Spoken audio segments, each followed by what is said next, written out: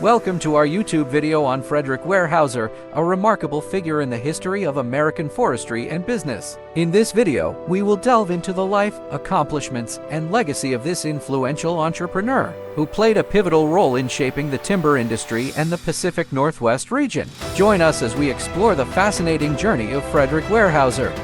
Leap to the Lumber King. However, Weyerhaeuser always thought ahead of the present. Weyerhaeuser wanted to bring more attention to the roots of his mill in Rock Island, like any other businessman. Yes, we are talking about forests in the Northwest, where he found his treasure between the lines of Chippewa. However, finding help was a challenge for Weyerhaeuser, but he knew how to make a route in the tunnel himself. He started to get along with German and American loggers and associate with lumber companies. He was rewarded for his efforts in the form of the Mississippi River Logging Company (MRLC) on December 28, 1870. To be honest, Weyerhaeuser was running on good wheels as he became the president of this company. Despite getting furious competition from Chippewa millmen, the MRLC stood stronger and kept growing while employing 75 steamboats and over 1,500 men. However, the MRLC was heftily brewing money in 1872 while leveraging loans to get cooperation from other lumber companies and buying natural still water in conjunction with the Chippewa River and Mississippi,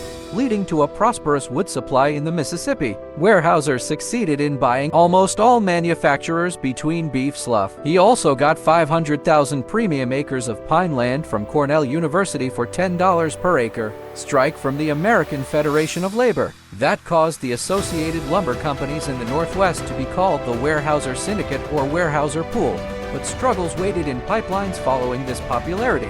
In 1989, the American Federation of Labor affiliates forced labor to close the big mill.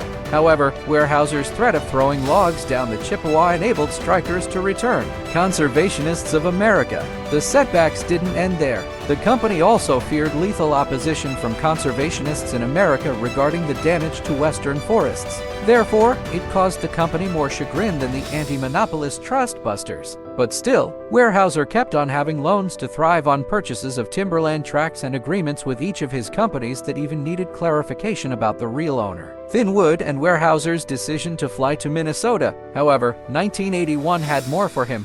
Weyerhaeuser decided to fly to St. Paul, Minnesota, where he purchased a 226 Summit Hill Road mansion. After donating to German missions and organizations, he quickly acquired the National German Bank's director position. As we all understand by now, Weyerhaeuser was an active relationship nurturer. He did the same here and built good connections with his neighbor, an English-Canadian immigrant and Northern Pacific Railroad Company director, James J. Hill. In 1899, the railroad and lumber kings were engaged in deliberation for Forever Green's largest private land deals, and Weyerhaeuser was requested to purchase 900,000 acres of the Northern Pacific Railroad's best pine land in Washington for $6 an acre. Finally, the teeth-gritting and anxious days paved the way, and Weyerhaeuser was finally able to bring a load of resources to the table and form the deal with Hill in 1900 while having the initiation of Weyerhaeuser Timber Company with his most supportive 15 German-American associates. The Weyerhaeuser family's legacy in 20th century America.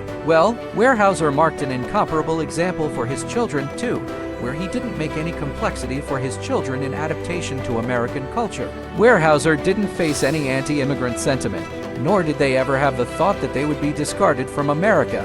That was the result of the astounding influence of Weyerhaeuser's swirling achievements, which gave his family a long-lasting legacy. Weyerhaeuser left such an aroma of business that continued through his children and was in the loop of his partner's children's investments, where they purchased 2 million acres in the Pacific Northwest. That also caused the company to thrive through the 20th century, transforming into a Weyerhaeuser sales company and forming the nation's first tree farm in 1941, along with a mantra of reducing the destruction of forests in America.